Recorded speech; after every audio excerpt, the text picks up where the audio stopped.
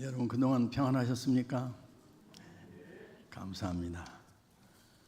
벌써 해가 바뀌었습니다. 1월도 벌써 중순에 이르렀습니다. 대망의 신년 새해를 맞이해서 우리 하나님께서 새해 초부터 새해 말까지 여러분으로 더불어서 함께 하시고 금년 이 해가 주 안에서 진실로 복된 한 해가 되어지기를 소원합니다. 아멘. 그동안 우리들은 새해 벽두에 새벽 기도회를 통하여서 우리 김상성 목사님으로 통하여서 전도서를 우리가 공부를 했습니다. 그런데 저는 오늘 전도서 마지막 결론 부분을 가지고 또 말씀을 좀 나눠보려고 합니다.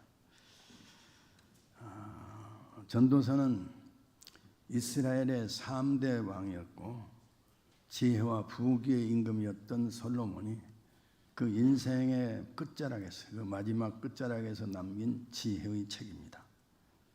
솔로몬은 이스라엘 역사에서 가장 위대한 다윗 왕의 아들로 태어나서 어린 시절부터 특별한 환경에서 특별한 교육을 받고 자란 사람입니다. 그는 왕위에 등극하자마자 기브온 산당으로 내려가서 우리 하나님 아버지께 1000번째 제사를 드리고요. 일로 말미암아서 하나님의 특별한 사랑을 입고 지혜를 선물로 받아서 땅 위에 살다간 모든 사람들 가운데서 살았었던 사람들만 아니라 앞으로도 살 모든 사람들 중에서 가장 위대하고 뛰어난 지혜의 사람이 된 것입니다. 그는 중동 제1의 군사력을 손에 쥐고 있었고요. 또 비빈 처첩들을 1000명씩이나 거느리고 살았던 사람입니다. 그는 애굽을 비롯해서 주변의 나라들로부터서 많은 은과 금을 수입을 했는데 이 은금을 알기를 돌같이 알았습니다. 그리고 그 유명한 백향목, 나무 중에 으뜸이라고 하는 이 백향목, 우리나라 백향목 아니에요. 백향목을 마치 뽕나무와도 같이 사용했던 사람입니다. 그는 눈에 보이는 대로 귀에 듣는 대로 모든 것 자기가 원하는 것은 무엇이든지 손에 넣고요. 무엇이든지 누려본 그런 사람이었습니다. 그러나 그가 세상에 살면서 세상 것 누리고 많이 살아봅니다만 세상 것이라고 하는 것은 절대로 사람에게 만족을 주지를 못합니다. 오히려 인생을 더 허망하게 만드는 거예요. 더 불안하게 만드는 거예요. 그래서 헛되니 모든 것이 헛되도다라고 그렇게 설파할 수밖에 없었던 것입니다. 그래서 인생이 헛되다 하는 이것을 알려주고 또 참 지혜, 참 인생이라고 하는 것이 무엇인가를 우리로 하여금 알도록 하기 위하여서 솔로몬은 죽기에 앞서서 마지막으로 이 지혜의 책인 이 전도서를 쓰게 된 것입니다. 그래서 그는 이 책 속에서 인생을 허망하게 사는 미련한 사람들 또는 우매한 사람들의 삶에 대해서 말씀하고요. 이어서 인생을 지혜롭게 사는 지혜로운 사람들에 대해서 말씀을 하고 나서 오늘 읽은 이 본문 말씀을 통해서 결론을 맺습니다. 우리 다 같이 한번 13절 말씀 다 같이 한번 읽어보겠습니다. 이 일의 결국을 다 들었으니 하나님을 경외하고 그 명령을 지킬지어다. 이것이 사람의 본분이니라. 할렐루야. 아멘. 솔로몬은 이 마지막 말, 이 한마디 말씀, 이 13절 말씀, 이 한마디 말씀을 하려고 결국 전도서를 쓰게 된 것입니다. 그래서 솔로몬이 내린 인생의 결론이자 사람의 본분인 이 말씀을 중심으로 해서 묵상하는 가운데서 은혜를 받고자 합니다. 그 첫째 본분은 하나님을 경외하는 일이라고 말씀을 합니다. 여기서 경외한다라고 하는 말은 하나님을 두려워한다. 영어로는 fear라는 말이에요. 두려워하는 것이에요. 이 말씀을 한문으로 풀이를 해보면 그 뜻이 명확해지는데요. 공경할 경자, 두려워할 외자입니다. 그러니까 하나님 아버지를 두려워하는 또는 무섭게 생각하거나 두려워하는 마음을 가지고 우리 하나님 아버지를 섬기며 공경하는 이것이 다름 아닌 경영인 것이옵시다. 요셉은 여러분들이 아시는 바대로 아주 용모가 준수한 사람이었습니다. 그래서 애굽의 시위대장, 바로 왕의 시위대장인 보디발이라고 하는 사람, 보디발의 아내는 바로 그 집주인이죠. 미소년인이 요셉을 보라보면서 홀딱 반한 거예요. 그래가지고 시도 때도 없이 요셉을 유혹하는 것입니다.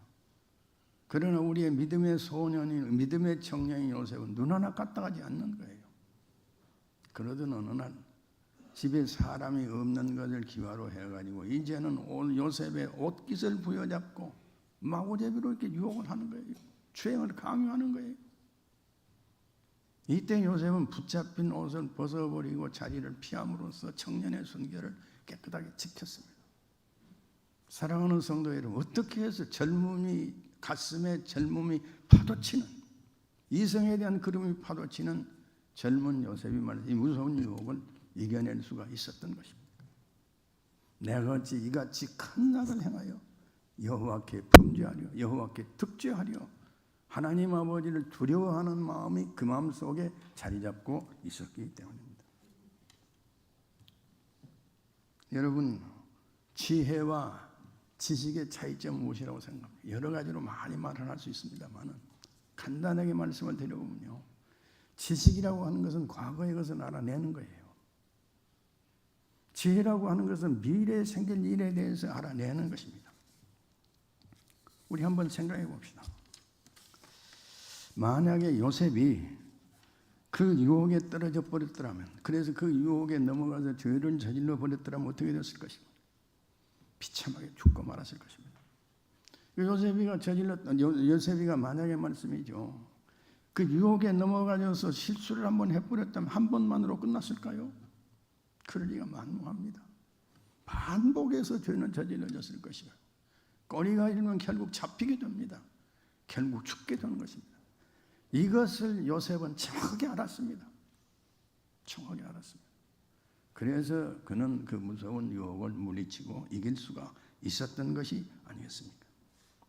여러분, 어떻게 우리가 살면 장차 우리에게 닥쳐올 무서운 시험을 이길 수가 있겠습니까? 한 가지 방법밖에 없습니다. 하나님 아버지를 진실로 두려운 마음, 거룩한 두려움을 가지고서 우리 하나님 아버지를 공경하는 마음 있으면 되는 거예요. 할렐루야, 아멘. 그래서 잠언 9장 11절 말씀 우리 한번 읽어보십시다. 다 같이요. 나 지혜로 말미암아 내 날이 많아질 것이요 내 생명의 해가 더하리라. 아멘. 이 지혜가 없는 미련한 사람 어떻습니까? 미련한 사람은 유혹에 걸려 넘어지는 것이고요. 그렇게 되어지면 아무리 어떻습니까? 아무리 머리가 좋고 IQ가 뛰어난 사람이라고 할지라도 말씀이죠. 그 마음 속에 하나님 아버지를 두려워하는 마음, 하나님 아버지를 거룩한 두려움을 가지고 공경하는 마음이 없으면 미련한 자일 수밖에 없는 것입니다. 여러분, 미련한 사람이 되지 말고 지혜로운 사람이 되시기를 바랍니다. 여러분의 자식들 미련한 자식으로 가르치지 말으시고요, 지혜로운 자식으로 길러내는 지혜로운 사람들이 되시기를 소원합니다. 아멘. 그래서 잠언 1장 7절 말씀에서는 여호와를 경외하는 것이 지식의 근본이라고 말씀했고요. 또 잠언 9장 10절 말씀에서는 여호와를 경외하는 것이 지혜의 근본이요 거룩하신 이를 아는 것이 명철이니라 그렇게 말씀을 하고 있는 것입니다. 그리고 두 번째로는 그 명령을 지키는 것이 인생의 본분임을 말하고 있습니다. 성경에는 여러분 613가지의 이 계명과 율례가 있습니다. 613가지에 이르는 이 많은 조문들을 말씀이죠. 10개의 조문으로 요약을 하면은 10계명이 되는 거예요. 또 이 10계명의 말씀을 단 한 단어로 요약을 한다고 한다면은 역시 사랑이 될 수밖에 없는 사랑입니다.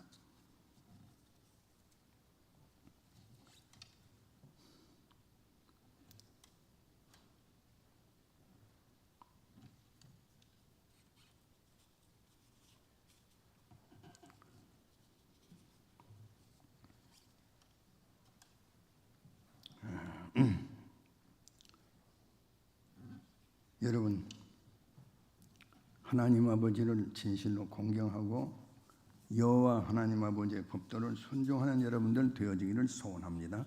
아멘. 둘째로는 그 명령을 지키는 것이 본분입니다. 성경 말씀에는 613가지의 명령과 규례가 있습니다. 장로들의 유전까지를 합쳐서 613가지의 조문들이 있어요. 네. 그런데 그 613가지의 조문을 10개 조항으로 이것을 요약을 하게 되어지면 10계명이 되는 것이고요. 또 이 말씀을 단어 하나로 요약을 하게 되어지면 사랑이 될 수밖에 없는 것입니다. 하나님께서 왜 우리들에게 계명을 주셨습니까? 우리의 행복을 위해서 주신 것입니다. 우리 신명기서 10장 13절 말씀 한번 다 같이 읽어보겠습니다. 신명기서 10장 13절 말씀요. 내가 오늘날 네 행복을 위하여 네게 명하는 여호와의 명령과 규례를 지킬 것이 아니냐. 할렐루야. 아멘. 여호와의 명령과 규례를 지키는 것이 우리의 행복이라고 말씀합니다. 그러나 어떻습니까? 사람들 어떻습니까? 대개 사람들은 하나님께서 우리에게 주신 계명과 이 율례라고 하는 이것은 사람을 속박하는 것이고 규제하는 것으로 그리 생각합니다. 그러나 우리 하나님 아버지께서 주신 계명 우리를 속박하기 위해 준 건 아니에요. 우리를 규제하기 위해 주신 것이 아닙니다. 우리의 행복을 위해서 주신 것입니다. 그렇기 때문에 우리의 행복을 위하여서 우리들은 그 말씀에 순종하고 살 수밖에 없는 일이 아니겠습니까? 작년 말 현재 우리나라의 자동차 총 대수는 2,500만 대 이릅니다. 2,500. 어마어마하게 많은 차가 있어요. 정말 틈을 찾을 수 없을 만큼 차가 너무 많아요.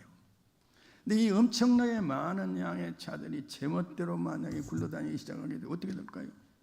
이 세상은 온통 그냥 교통 지옥이 되어버리고 말 것입니다. 그러나 우리에게는 교통법규가 있어요. 그렇기 때문에 우리 하나님께서 우리나라에는 교통법규가 있는 것이고 또 이 법규를 지킴으로 말미암아 가지고서 우리들은 안전하게 통행할 수 있고 움직일 수 있는 것이 아니겠습니까? 마찬가지로 우리 하나님 아버지께서는 우리로 하여금 복받고 안전하게 살도록 하기 위하여서 우리에게 계명을 주셨습니다. 그러므로 우리의 행복을 위하여서 주신 이 계명을 우리는 생명을 걸고 제대로 잘 지키며 순종하고 살아야 될 줄로 믿습니다. 하나님께서 우리에게 주신 계명 중에서 크고 첫째 되는 계명이 무엇일까요? 여러분이 잘 아시지만 네 마음을 다하고 성품을 다하고 힘을 다하여 주 너희 하나님을 사랑하라고 하는 말씀이에요. 이 말씀을 유대인들은 어떻게 합니까?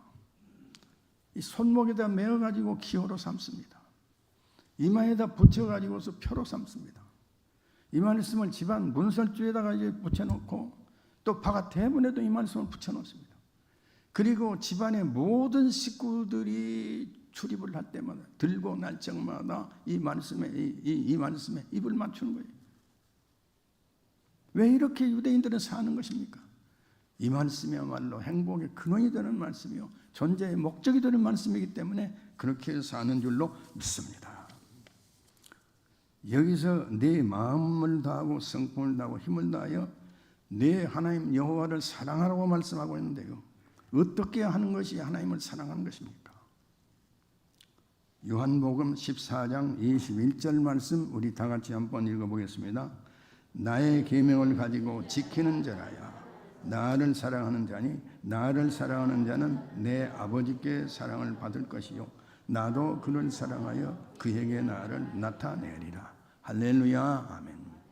하나님 아버지 주신 계명을 우리가 순종하고 생명처럼 사랑하여서 잘 지키게 되면요 우리 하나님 우리를 기특히 여기시는 것입니다. 기뻐하시는 것입니다. 우리 하나님 우리를 사랑하시는 것입니다. 그럴 뿐만이 아니라 우리 예수님께서는 우리를 또 사랑하셔서 우리 자신들을 그 자신을 우리에게 나타내신다고 말씀합니다. 예수님께서 자신을 보여주시고 나타내신다는 말은 무슨 말입니까? 우리 예수님께서는 평생 우리로 더불어서 함께 동행하신다고 하는 말씀입니다. 사람이 받을 수 있는 축복 중에 으뜸가는 축복이 무엇일까요? 으뜸가는 축복이 무엇이라고 생각하십니까? 성삼이신 우리 하나님 아버지께서 나로 더불어 함께 하시니 이보다 더 큰 축복은 따로 없습니다. 하나님 아버지께서 우리로 더불어서 함께 하신다면 무엇이 부족한 것이 있겠습니까? 무엇이 모자란 것이 있겠습니까? 무엇이 그리운 것이 있겠습니까? 무엇이 안 될 일이 있겠습니까? 그래서 유대인들은 이 말씀을 생명처럼 아끼고 순종하고 사랑하는 것입니다. 이런 사람은 어떻습니까? 어디로 가든지 간에 축복이 그 뒤로 쫓아다니고 이 사람 가는 곳마다 쫓아다니고 이런 사람은 복을 받는 것만으로 끝나지 않고 복을 또 누리고 사는 거예요. 그러므로 하나님을 사랑하여서 그 명령을 따라서 순종하고 살아야 됩니다. 그래서 오늘 읽은 이 본문 말씀은 하나님을 경외하고 그 명령을 지킬지어다. 이것이 사람의 본분이라고 말씀하고 있는 것입니다. 사랑하는 성도 여러분, 행복하게 살고 싶습니까? 하나님께서 우리의 행복을 위하여 주신 계명을 진실로 사랑하고 생명 걸고 이 말씀을 순종하고 지키는 것이 믿는 자로서의 도리인 줄로 믿습니다. 자, 그럼 세 번째로 마지막 대지입니다. 이렇게 우리 하나님 아버지께서 이 솔로몬은 이렇게 사람의 본분에 대해서 말씀을 하고 나서 그 다음에 이 14절 말씀을 가지고 우리들에게 요청하고 있는데요. 강력한 요청이에요. 강력한 당부예요. 강력한 경고의 말씀을 여기서 바라고 있습니다. 우리 14절 본문 14절 말씀 다 같이 한번 읽어보겠습니다. 하나님은 모든 행위와 모든 은밀한 일을 선악간에 심판하시리라. 할렐루야, 아멘. 솔로몬은 전도서를 이제 잘 기록을 해서 이 전도서를 기록하는데 하나님을 경외하고 그 명령을 지키라고 하시는 인생의 본분의 말씀을 끝마치고 나서 한마디를 여기에서 남깁니다. 한마디 또 합니다. 마지막으로 한마디 하는 거예요.